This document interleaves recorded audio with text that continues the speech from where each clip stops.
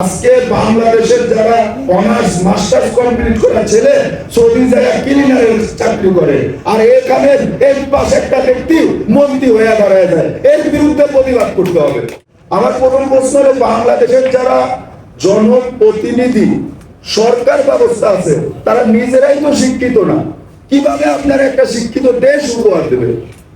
একজনে MP candidate দ্বারা 8 pass, matric pass, আরে বেটা ওই বেটায় লোকটা কি করতে পারবে দেশের জন্য, যার মধ্যে এই জ্ঞানটুকুই নেই।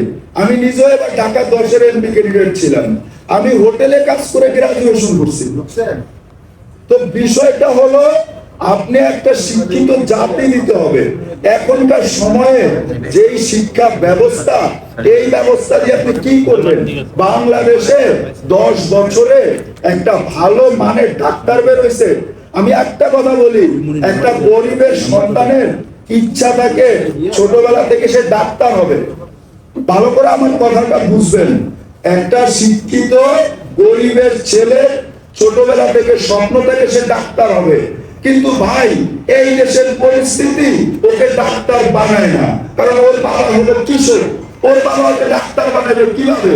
সরকারি যতগুলো শিক্ষা ব্যবস্থায়, যতগুলো সরকারি স্বাস্থ্যের যতগুলো আছে, বিশ্ববিদ্যালয় আছে, ওখানে তো ওরা চান্স পাবে না। চান্স পাবে তো কোটিপতির পোড়া, কোটিপতির পোড়া স্বপ্ন থাকে না সে ডাক্তার হবে, তার স্বপ্ন থাকে বাবার ব্যবসা করবে, কিন্তু অবশ্য সে হয় ডাক্তার। এই হলো শিক্ষা ব্যবস্থা। আজকে 26 লক্ষের উপরে বেকার সমস্যা। আজকে প্রাথমিক শিক্ষা করবে কি? এরকম শিক্ষার সার্টিফিকেট এগুলো এখন বাজারে নীল খেতে গেলে অনার্সের সার্টিফিকেট পাওয়া যায়। আজকে আপনি কোথায় নিয়ে গেছে আপনার শিক্ষা ব্যবস্থা? এই শিক্ষা ব্যবস্থা পরিবর্তন করতে হবে। আর এখনকার এই বস্তা বস্তা বই দিয়ে কিচ্ছু হয় না। এখনকার লাগবে শিক্ষা, লাগবে চায়নার মতো শিক্ষা, লাগবে হাতে করি কারিকুলাম। আপনি শিক্ষা যদি তৈরি করতে হয়, জাতিকে উপহার দিতে হবে ওইভাবে। আজকে বাংলাদেশের যারা অনার্স মাস্টার্স কমপ্লিট করা ছেলে সৌদি জায়গায় ক্লিনারের চাকরি করে, আর এখানে এর পাশে একটা ব্যক্তি মন্ত্রী হয়ে দাঁড়ায় যায়, এর বিরুদ্ধে প্রতিবাদ করতে হবে। আরে বেটা, শিক্ষা তো নষ্ট করছে তারা, শিক্ষা তো নষ্ট করছে এসব মন্ত্রীরা, এসব এমপিরা, এসব আমলারা। এরা কয়জনে বিসিএস ক্যাডার দিয়া আজকে শিক্ষিত হয়েছে? সবগুলা চোর, সবগুলা টাকা পয়সা দিয়া চাকরি নেয়, অরিজিনাল কোনো শিক্ষা ব্যবস্থা আসে না।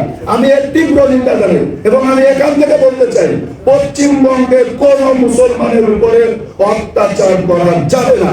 আমি প্রত্যেকটা মুসলিমকে আহ্বান জানাই, আপনারা কাজী নজরুলের মতো আপনারা প্রতিবাদ করেন, আপনাদের কলমের ভাষায় একটা নিউক্লিয়ার ওয়েপন হবে। আল্লাহ হাফেজ।